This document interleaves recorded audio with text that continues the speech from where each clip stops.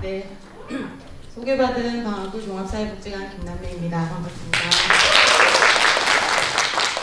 네, 저도 우리 활동가들이 나오셨어야 됐는데 올해까지만 제가 하고 내년에는 저희 활동가들이 지역에서 더 발신하는 자리가 되도록 만들어 보겠습니다. 네, 기후 불평등과 돌봄이라는 주제로 저희가 도전 사업을 올해 적극적으로 하고 있고요. 그 이야기 중심으로 이야기 나눠보도록 하겠습니다. 방학골이 처음 고민하게 된 이유는 코로나19에서부터 시작했기 때문에 그 과정에서 기후 불평등과 생태복지 운동을 어떻게 연결하려고 했고 그것을 도전이 어떻게 담아가고 있고 꿈꾸고 있는지 네, 저도 높으신 분들한테 얘기하고 싶어가지고 과제로 담았는데 네, 함의와 과제까지 이야기 나눠보도록 하겠습니다. 네. 이제 다들 아시겠지만 이제 팬데믹 이후에 저희 일상에 많은 변화들이 생겼는데 그 중에 하나가 이제 비대면이 많이 늘어나다 보니까 일회용품, 그러니까 택배 사업이나 그 다음에 배달이 엄청 폭주되면서 이제 플라스틱 쓰레기들이 엄청 많이 늘었죠. 그리고 이제 일주일에 2억 장이 넘는 이제 마스크가 버려지고 있고 요즘에도 거리에서 마스크가 버려진 것을 많이 볼 수 있는데 이제 이런 것들이 이제 노동자들의 엄청난 이제 연결된 고통으로 이어지고 있다. 그리고 이제 또 하나는 돌봄의 이제 어려움인데 저희 이제 사례 당사자분의 인터뷰 내용을 짧게 담아왔는데 이제 그런 얘기 하셔요. 아까 앞서서 계속 이제 얘기되었던 분들이 다 기후 불평등을 겪고 있는 당사자들이라고 생각하는데 이제 그 중에 또 이제 돌봄과 여성이라고 하는 것이 같이 이제 연결되어 있다고 보여지고 돌봄을 해야 되는데 당연히 이제 엄마가 일자리를 그만두게 되고 일자리를 그만두고 집에서 일을 하다 보니까 그러니까 돌봄을 하다 보니까 이제 아이들하고 부딪히면서 너무 스트레스가 심하고 부업을 경제적으로 어려우니까 부업을 좀 하려고 했지만 코로나로 이제 경제 상황들이 다들 안 좋아지니까 그것조차 안 되고 이제 숨 쉴 틈이 전혀 없으니까 가끔은 눈물이 나기도 하고 너무 어렵다. 쌓이는 건 카드빚과 아이들하고의 갈등밖에 없다. 이제 이런 이야기 이분만 하시는 거 아니고 저희가 만나는 사례 당사자분들이 많이 이야기하셨던 상황이었습니다. 그 외에도 이제 거리두기와 외로움이 이제 같이 공존을 하게 되는데요. 이제 TV에서 얘기하죠. 너무 거리를 둬야 돼. 지금은 그게 제일 안전해. 집이 제일 안전해. 그렇게 얘기를 하지만 2주 정도의 짧은 고립도 개인의 몸과 마음에 깊은 상흔을 남긴다는 고립의 시대라는 책에서 그런 메시지를 봤는데요.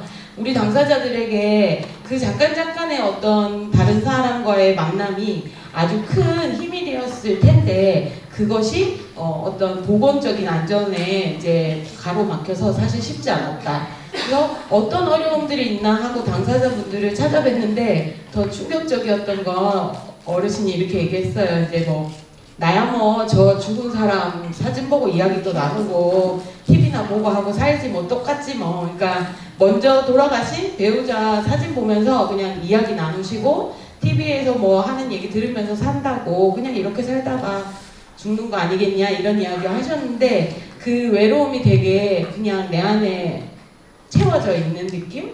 굉장히 안타깝고 마음이 쓸쓸했습니다.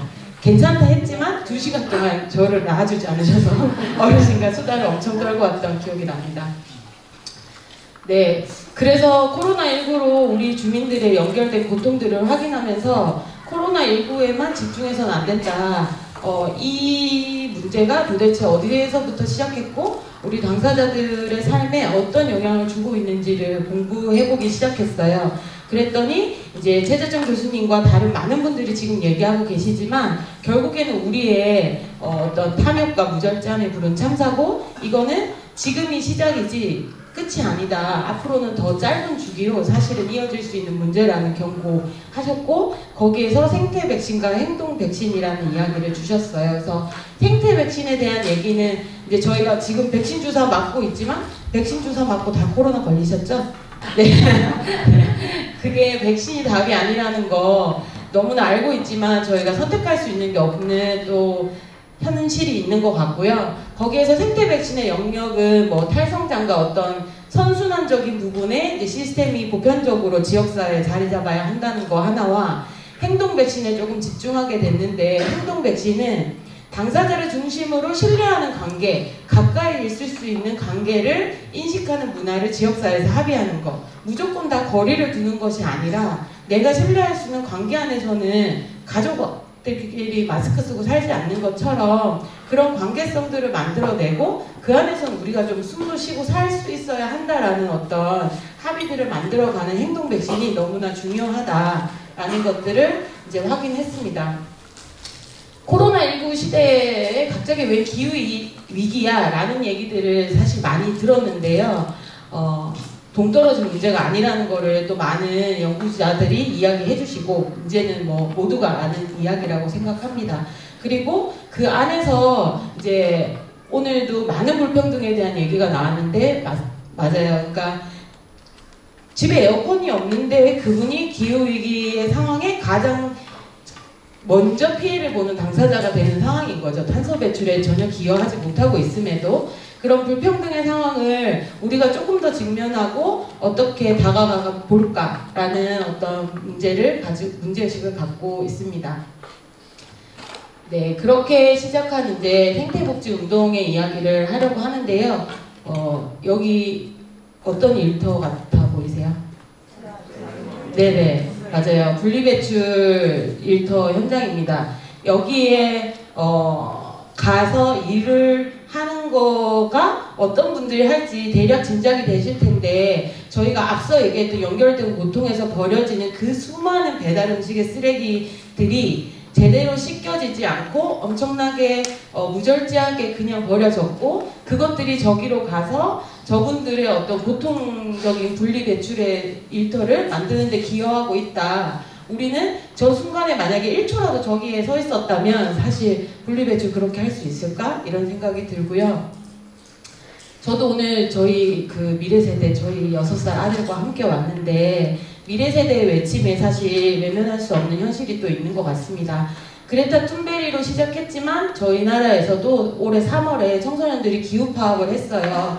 하면서 이제 그 친구들이 했던 얘기는 어른들은 20, 30대 마스크 쓰고 살지 않지 않았냐, 우리는 도대체 왜 이런 삶을 살아야 하느냐, 무책임한 정부와 무책임한 어른들에게 너무 화가 나서 이 자리에 왔다. 우리에게 기후위기 대응은 생존과 미래가 걸린 문제라고 해결하라고 하는 메시지를 저희는 이제 외면하면 안 될 것 같다는 생각이 들었고요. 주거 빈곤층의 상황도 이제 뺄 수 없는 상황인데, 이제 그 아까도 얘기 주셨지만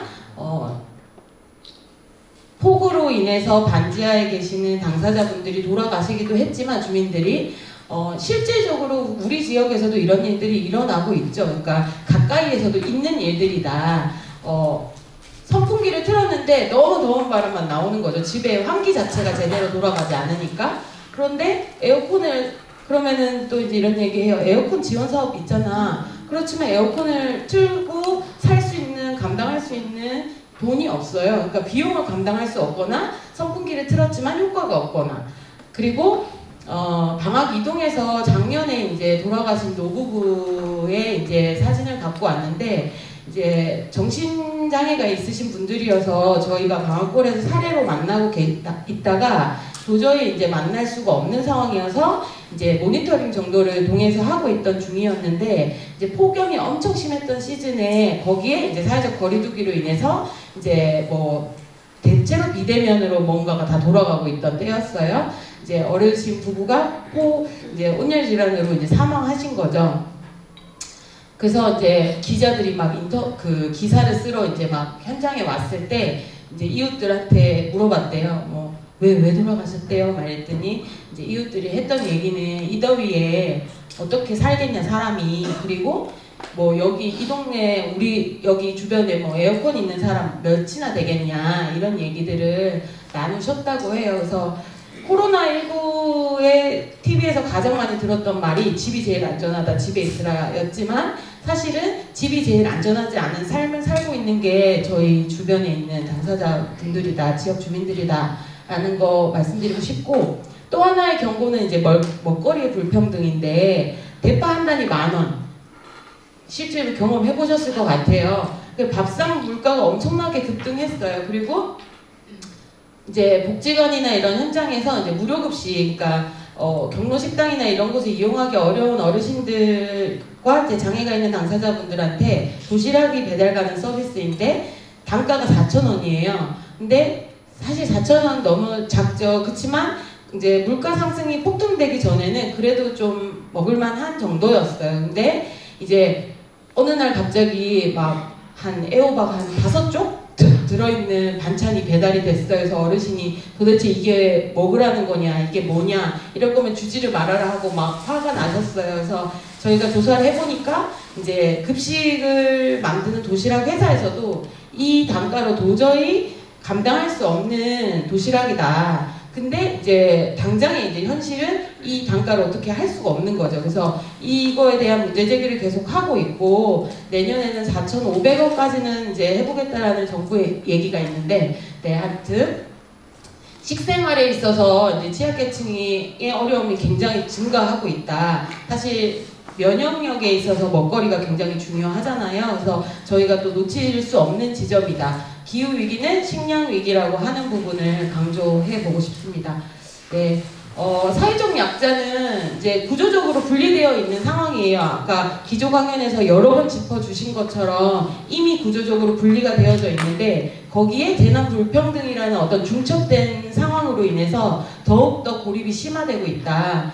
그리고 사회적인 변화의 현상으로 보면 이제 저희가 지금 뭐 마을 공동체라든지 오늘도 이제 주민자치회 이야기들이 많이 나왔는데 주민자치회라든지 저희가 동지사협이라든지 이런 관계 기반의 작동이 지역사회 안에서 중심축이 되고 있는 것들을 가지고 방아골 복지관은 이제 더 가까이 좀 다가가야겠다. 그 안에서 모든 생명이 좀 배제되지 않고 공존하는 지속가능한 지역사회의 전환을 생태복지운동이라고 정의 내려보고 조금 더 지역사회 안에서 활동해보자. 거기 안에서는 익숙한 배제가 일어나지 않도록 무관심이 자연스럽게 연결되지 않도록 당사자의 좀 주도적 목소리가 함께 할 수 있는 것을 돕는 것을 이제 공동체라고 생각하고 네, 도전 사업을 시작하게 되었습니다.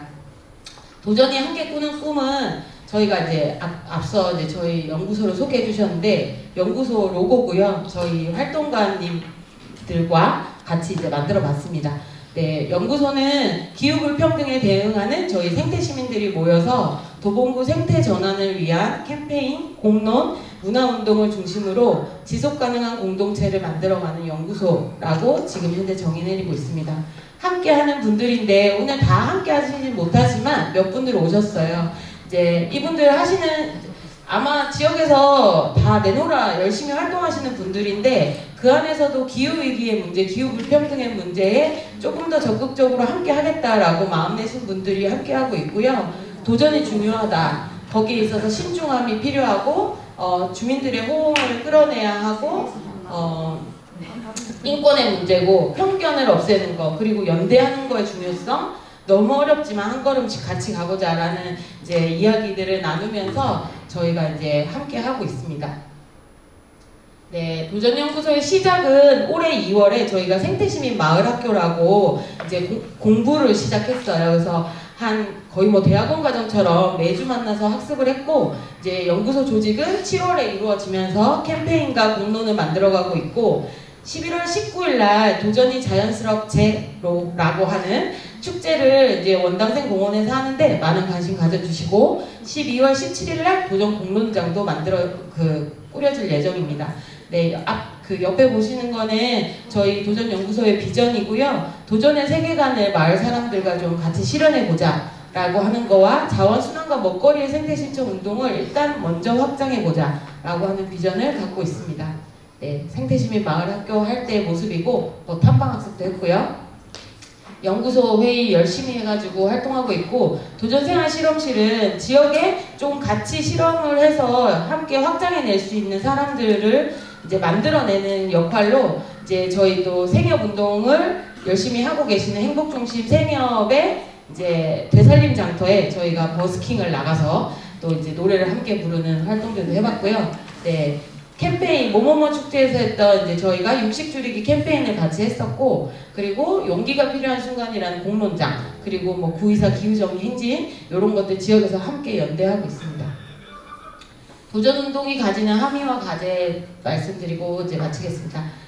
도전연구소가 가지는 함의는 한 3가지 정도로 얘기할 수 있을 것 같아요. 일단은 기후 불평등을 이야기할 수 있는 당사자들의 어떤 주도적인 학습과 공론을 이어가고 있는 생태 시민력들을 만들어가고 있는 사람들이다라고 하는 거, 그리고 지역의 복지력을 높여내고 있다. 독립적으로 어떤 그 주민들이 기후위기를 대응할 수 있는 독립된 주민조직으로서 체계를 만들어가고 있고, 이것이 익숙한 배제를 넘어서 좀 공존의 마을 문화를 만들어가는데 복지력을 높일 수 있다고 생각하고, 또 지역력에 있어서는 저희가 연대하는 협동의 생태전환의 실험들을 확장해내고 갈 필요가 있다. 그래서 이제 내년에는 앞서 이제 소개도 됐었는데 도담마을 사회적 협동조합과 이제 또 지구 돌봄에 대한 영역들은 함께 연대해 가면서 좀 실험을 해보려는 의지도 가지고 있습니다. 과제로 3가지 꼽아봤는데, 돌봄 선언이라는 이제 책에 있는 단어를 빌려서 이제 말씀드릴게요. 보편적 돌봄이라고 하는 거 기조 강연에서 이야기 많이 나눠주셨기 때문에 넘어가도록 하겠습니다. 저도 너무 같은 마음이고요. 난잡한 돌봄은 돌봄이라고 하는 거 한정 짓지 말고 조금 다양한 상상으로 그냥 난잡하더라도 이것저것 다 해보자. 우리가 가진 모든 돌봄 역량들을 조금 다 풀어내보자. 서로 돌보고 실천해보자 라고 하는 과제가 남아있는 것 같고요.